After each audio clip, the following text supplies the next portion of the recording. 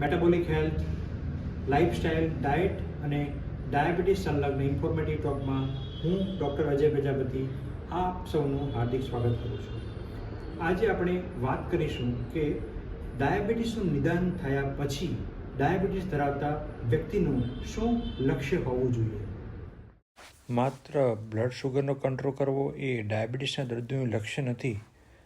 Sugar control કરવા ઉપરાંત ઘણા બધા બીજા પાસાનું પણ આપણે ધ્યાન રાખવું જરૂરી છે, જેમાં સમાવેશ છે દરરોજ પૂરતી ઊંઘ લેવી, માનસિક તણાવ ટાળવો, 30થી 45 મિનિટ નિયમિત ચાલવું અથવા કસરત કરવી, 30 મિનિટ દરરોજ ધ્યાન, પ્રાણાયામ અને આસનો કરવા, 30 મિનિટ દરરોજ મનગમતી પ્રવૃત્તિ કરવી, જેમાં સમાવેશ છે વાંચન, મ્યુઝિક સાંભળવું, પેઇન્ટિંગ કરવું, લેખન અથવા પોતાની પસંદગી પ્રમાણે, ડૉક્ટર તથા ડાયટિશિયનની સલાહ પ્રમાણે ખોરાક લેવો, જે બેલેન્સ્ડ ડાયટ હોવો જરૂરી છે.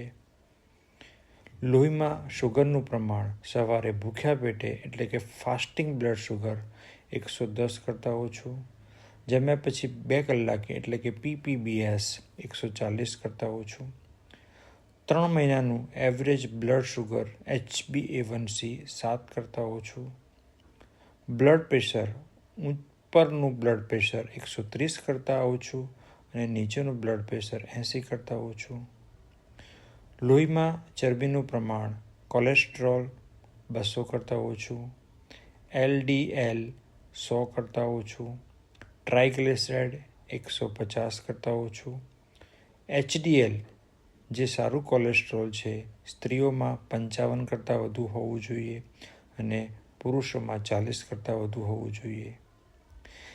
આ ઉપરાંત શરીરના અવયવો જેમ કે હૃદય, કિડની, આંખ, પગ અને અન્ય અવયવોને ડાયાબિટીસથી થતું નુકસાન અટકાવવું અને ડૉક્ટરની સલાહ અનુસાર નિયમિત જરૂરી ટેસ્ટ કરાવવા. ડાયાબિટીસ અને હેલ્થને લગતી વધુ માહિતી માટે ફોલો અસ.